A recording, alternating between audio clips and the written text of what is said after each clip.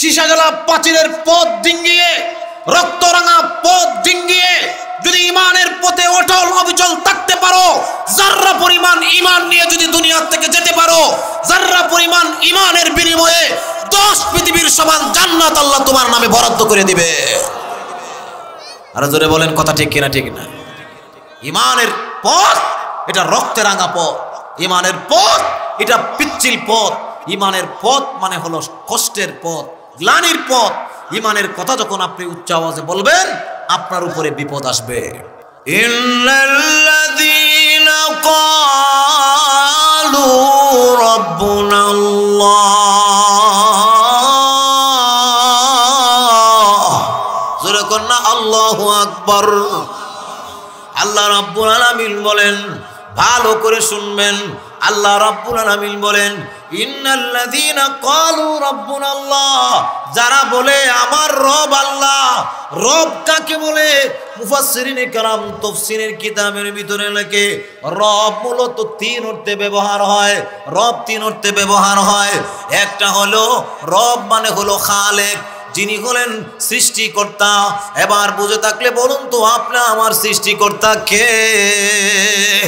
2 নম্বর হলো রব মানে হলো পালনকর্তা, যিনি আপনাকে লালন পালন করেন, যিনি আপনার খাদ্য পৌঁছাইয়া দেন, যিনি আপনার সমস্ত রিজিকের ব্যবস্থা করেন, যিনি আপনার পানির ব্যবস্থা করেন, যিনি আপনার বাতাসের ব্যবস্থা করেন, যিনি আপনার যা লাগবে সব ব্যবস্থা করেন। রবের মধ্যে দুনিয়ার মানুষের মধ্যে পার্থক্য হলো, রব আপনার চাহিদা পূরণ করেন চাওয়ার আগে, আর দুনিয়ার মানুষ চাহিদা পূরণ করে চাওয়ার পরে। এমনকি যদি মাও হয়, সন্তান না কাঁদলে দুধ দেয় না, ঠিক তেমনি ভাবে দুনিয়ার সরকারও তার জনগণ না চাইলে তাকে দেয় না। এমপিও যদি হয় না চাইলে দেয় না, মন্ত্রীও যদি হয় না চাইলে দেয় না। কিন্তু আল্লাহ রাব্বুল আলামিন বলেন, আমি আল্লাহ এমন রব, চাওয়ার আগে বান্দার যা লাগে তার কাছে পৌঁছাইয়া দেই। এজন্য আল্লাহ রাব্বুল আলামিন বলেন, রবের 2 নম্বর অর্থ হলো তিনি হলেন পালনকর্তা, লালন পালন করনেওয়ালা। এমন রবের পরিচয় প্রত্যেকটা ইবাদতের ভিতরে আপনি পাবেন। এমনি দেখবেন নামাজের মধ্যে দাঁড়াইলেন, আল্লাহু আকবার, রবের পরিচয় আল্লাহ সবচেয়ে বড়। নামাজে দাঁড়ানোর পর সুবহানাকাল্লাহুম্মা ওয়া বিহামদিকা, আল্লাহু আকবার, আল্লাহর প্রশংসা শুরু করে, ওয়া তাবারাকাসমুকা ওয়া তাআলা জাদ্দুকা ওয়ালা ইলাহা গায়রুক। এইভাবে যখন সানা শেষ হয়ে গেল, এবার সূরা শুরু হয়ে গেল, আউযু বিল্লাহ বিসমিল্লাহ শেষ, এবার সূরা আলহামদুলিল্লাহি রাব্বিল আলামিন। আল্লাহ রাব্বুল আলামিনের প্রশংসা, সমস্ত প্রশংসা আল্লাহর জন্য। রব্বুল আলামিন যিনি তাম পৃথিবীর পালনেওয়ালা। এবার রুকুর তাসবিহ সুবহানা রাব্বিয়াল আযীম, আমি আমার রবের প্রশংসা করি, যিনি হলেন অতি মহান, অতি মহান। এবার যখন রুকু থেকে উঠে সামি আল্লাহু লিমান হামিদা, আমি আল্লাহ রাব্বুল আলামিনের প্রশংসা করতেছি, উনি আমার প্রশংসা শুনতেছেন। সুবহানা রাব্বিয়াল আলা, আল্লাহ রাব্বুল আলামিনের প্রশংসা করতেছে। রুকুতে আমার হলো 3 হালত, একটা হলো দাঁড়ানো, আর একটা হলো বসা বা সেজদা, আর আরেকটা হলো রুকুর অবস্থা। ওই 3 হালতে 24 ঘন্টার ভিতরে দৈনিক 5 বার যারা আল্লাহর নামের ডাকে সাড়া দিয়া মসজিদে অথবা অন্যত্র ইবাদত বন্দেগীর ভিতরে লিপ্ত থাকবে, আল্লাহ রাব্বুল আলামিন বলেন, যারা আমার গোলামি রবের পরিচয় পাওয়ার পর নিজের জীবনে ওই রবের বাস্তবায়ন করলো, আমলে আখলাকে, ইবাদত বন্দেগীতে, নমাজে, যাকাতে, হজ্জে, এবং কি জীবনে চলার পথে, তার মুআমালায়, তার মুআশারাতে, তার আচার ব্যবহারে, এই অবস্থায় যদি রবকে সে স্মরণ করে, এই লোকটা দুনিয়া থেকে যাওয়ার সাথে সাথে তার কবর জান্নাতুল ফেরদাউস হয়ে যায়। বিধানদাতা মানে আলা লাহুল খলকু ওয়াল আমর, সৃষ্টি যার, বিধান চলবে তার। কথা বলেন আরো জোরে। অনেক সময় দেখবেন নেতারা বক্তব্য দেয়, আমরা এই দেশকে ডিজিটাল বাংলাদেশে রূপান্তরিত করেছি, জেলা উপজেলার মাধ্যমে তার উন্নয়ন সাধিত করেছি, পদ্মা সেতু বানাইয়া এখানে দেখা গেল আমরা অবদান রেখেছি, আল্লাহর মেহেরবানিতে করে মাথা পিছু একবারে 1 লাখ টাকা রেখে দিছি, বাকি ভাইরা আমার, যেমন ভাবে জেলা উপজেলায় রূপান্তরিত করে দেশের উন্নয়ন করলে নেতা ক্যাডার নেয়, আল্লাহ রাব্বুল আলামিন বলেন তোরে আমি বানাইছি, খাবার আমি দেই, আলো আমি দেই, পানি আমি দেই, তোর শ্বাস প্রশ্বাস চলার জন্য ব্যবস্থা আমি আল্লাহ করি।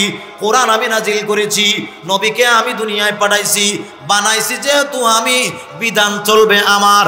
যেমন ভাবে নেতার দাবিটা অযৌক্তিক, আল্লাহর দাবিটা যৌক্তিক। আর হুজুরে কথা কন। এজন্য ভাইরা আমার, আগে যত তন্ত্রমন্ত্র দেখছি, আগে আওয়ামী লীগের বাংলা দেখছি, এর আগে বিএনপির বাংলা দেখছি, এরপরে এসাদ্দার বাংলা দেখছি। এবার আমরা সোনার বাংলায় আর সোনার বাংলা দেখতে চাই না, এবার আমরা কোরআনের বাংলা দেখতে চাই। জোরে বলেন কারা কারা রাজি আছেন? লিল্লাহি তাকবীর। আপনার আগে যারা মতানৈক্য করেছো, দলমত করেছো, কে বিএনপি কি আওয়ামী লীগ, এগুলো আমাদের এখন দেখার টাইম নাই।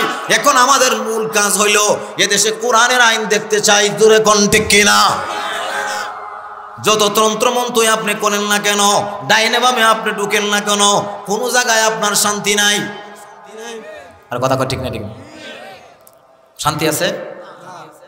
এই কথা আরো আগে, বহু বছর আগে আইনুদ্দিন ভাই কয়ে গেছে সুরে সুরে। একে একে শেষ করেছি, সবার দেখা হইল শেষ, দেখতে দেখতে গুল্লায় গেল আমার সোনার বাংলাদেশ। একে একে শেষ করেছি, সবার দেখা হইল শেষ, দেখতে দেখতে গুল্লায় গেল আমার সোনার বাংলাদেশ। দেখতে দেখতে গুল্লায় গেল আমার সোনার বাংলাদেশ। স্বাধীনতার বয়স বেড়ে 50-এতে পা দিলাম, নেতারা তো সবই পেল, আমরা বলো কি পেলাম? স্বাধীনতার বয়স বেড়ে 50-এতে পা দিলাম, নেতারা সবই পেল, আমরা বলো কি পেলাম? শান্তির লাইগা কান্দা মরি, শান্তির তো আর নাই লেশ, দেখতে দেখতে গুল্লায় গেল আমার সোনার বাংলাদেশ। একে একে শেষ করেছি, সবার দেখা হইল শেষ, দেখতে দেখতে গুল্লায় গেল আমার সোনার বাংলাদেশ। কেউ দিল না, সবাই নিল, আমরা সে তো দুর্বল, সারা বছর নেয় না খবর, নির্বাচনে খুব দরদ। আর যখন কথা ঠিক ঠিক না, এটা হলো বুটের সালাম। সালাম আলাইকুম, সালাম আলাইকুম। ওরে বাবা রে বাবা, এবার বুট কান দিবেন। চাচা, আমি তো একটা চেয়ারম্যান সার্টিফিকেটের জন্য আসছিলাম। তোর বাবার নাম কি? কয় অমুক। নেতাগণের রেশারেশি, জনগণের কর্ম শেষ, দেখতে দেখতে গুল্লায় গেল আমার সোনার বাংলাদেশ। একে একে শেষ করেছি, সবার দেখা হইল শেষ, দেখতে দেখতে গুল্লায় গেল আমার সোনার বাংলাদেশ। ভাইরা আমার, যে কথা আমি বলতেছিলাম, আল্লাহ রাব্বুল আলামিন বলেন আমি খালেক, আমি রব। শুধু তা না, আমি আল্লাহ হলাম আইনদাতা, আমি আল্লাহ হলাম বিধানদাতা, আমি আল্লাহ হলো আইন প্রণয়নকারী। ওরে বাংলা, আমি মহান আল্লাহ রাব্বুল আলামিন দুনিয়া নামক পরীক্ষা হলে তোমাকে পাঠাইয়া আমি আল্লাহ আমার নবীকে পাঠালাম। আমি আল্লাহ আমার কোরআনকে দান করলাম। ওই কোরআন শুধু জিলাপি খাওয়ার জন্য পাঠাই নাই, মুর্দা মারা গেলে মিলাদ শরীফ পড়ে খাওয়াই এজন্য পাঠাই নাই। ওই কোরআন আমি আল্লাহ বিধান দিছি। এই কোরআন হলো সারে, এটা হলো বিধান। এই কোরআন হলো যে কোরআন কেমন গাইডলাইন। এই কোরআনের মাধ্যমে ব্যক্তি জীবন চলবে, কোরআনের মাধ্যমে পারিবারিক জীবন চলবে, কোরআনের মাধ্যমে রাষ্ট্রীয় জীবন চলবে। এই কোরআনের ভিতরে সেই আইন দিয়া আমি আল্লাহ পাঠালাম।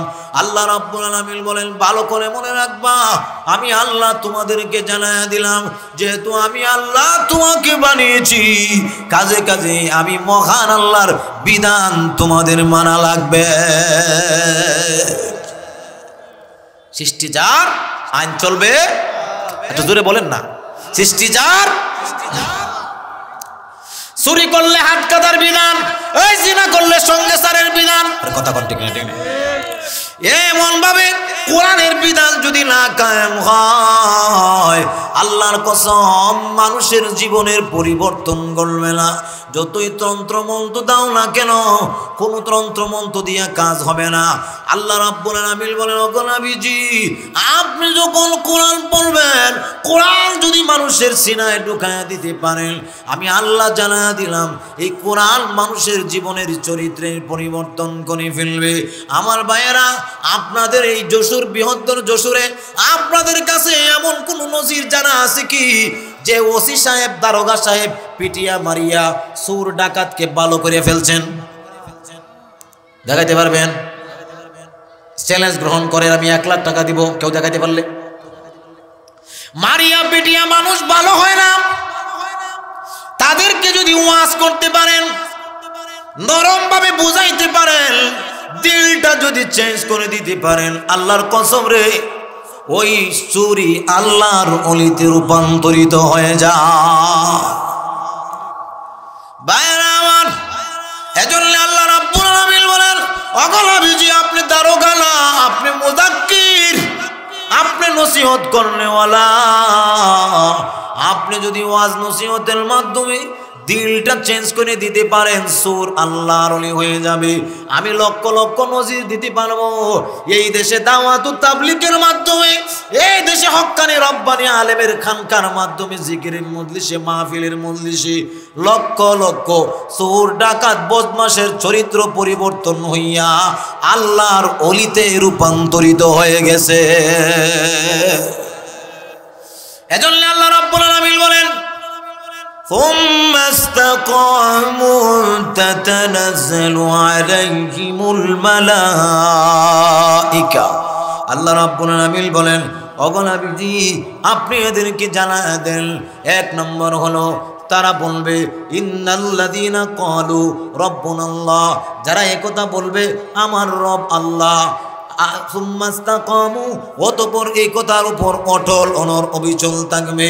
অটল অনর অবিচল যদি থাকি, রুবুবিয়তকে, রবকে যদি রবের মূল জায়গায় রেখে মানতে পারে, আল্লাহ রাব্বুল আলামিন বলেন তার মরণের সময় তাতানাজ্জালু আলাইহিমুল মালাইকা, তার মরণের সময় আসমান থেকে যাকে যাকে ফেরেশতা নাজিল হয়ে যাবে, ওই ফেরেশতা এসে বলবে, আল্লাহ তাখাফু, ভয় পেও না, ওয়ালা তাহজানু, আল্লাহ তাখাফু, খাফুন, খাফু আর ওয়ালা তাখাফু ওয়ালা তাহজানু, হুজুন এবং খৌফ, এই দুইটা অর্থবোধক দিক থেকে হলো এক। কিন্তু মুফাসসিরিন কেরাম বলেন, খৌফের অর্থ হলো সামনে তার কি হবে তার ভয়, আর হুজুনের অর্থ হলো পিছনের ভয়। তার মানে হলো সে দুনিয়া থেকে যখন যাবে, কবরে তার কি হালত হবে, কবর বড় কষ্টের জায়গা, ওই জায়গায় সে কেমনে থাকবে। ওলি আল্লাহ, দিনদার, ফরেজগার, মুত্তাকি মানুষ ওই কবর নিয়ে বড় চিন্তিত থাকে। আল্লাহ রাব্বুল আলামিন বলেন, যারা ইস্তেকামতের সাথে ঈমানের প্রতি অটল অনর অবিচল থাকবে, আমি আল্লাহ জানায়া দিলাম সামনের জিন্দগিতে তার ভয় নাই, আর পিছনের জিন্দগিতেও তার ভয় নাই। পিছনের জিন্দগি বলতে তার আওলাদ রেখে গেছে, ওই আওলাদ কিভাবে চলবে, তার বিবির জিম্মাদার কে হবে, তার সন্তানের জিম্মাদার কে হবে, এ নিয়ে আমাদের মনে চিন্তা থাকে। আল্লাহ রাব্বুল আলামিন বলেন, তুমি যদি আল্লাহকে আল্লাহ রব বিশ্বাস করে ওই কথার উপর অটল অনর অবিচল থাকতে পারো, তোমার কবর আসন্ন সোজা আছে, আমি আল্লাহ অগ্রিম জানায়া দিলাম তোমার কোনো চিন্তা নাই। তোমার আওলাদগুলোর জিম্মাদার আমি স্বয়ং আল্লাহ রাব্বুল আলামিন হয়ে যাই। আর মরণের সময় এসে ফেরেশতা আপনারা জানাই দেব, তোমার ভয় নাই, চিন্তা নাই। وَأَبْشِرُوا بِالْجَنَّةِ الَّتِي كُنْتُمْ تُوعَدُونَ।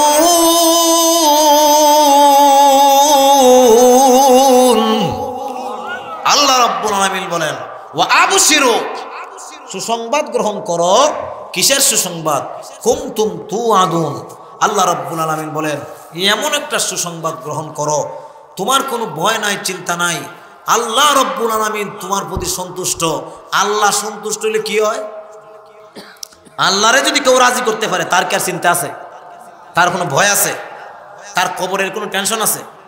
আল্লাহ যদি তার রাজি হয়ে যান তাহলে তার দুনিয়া আখিরাত সব সাকসেস, মানুষটার জিন্দেগি লাইফ সাকসেসফুল। আর জোরে কোন কথা ঠিক না ঠিক না?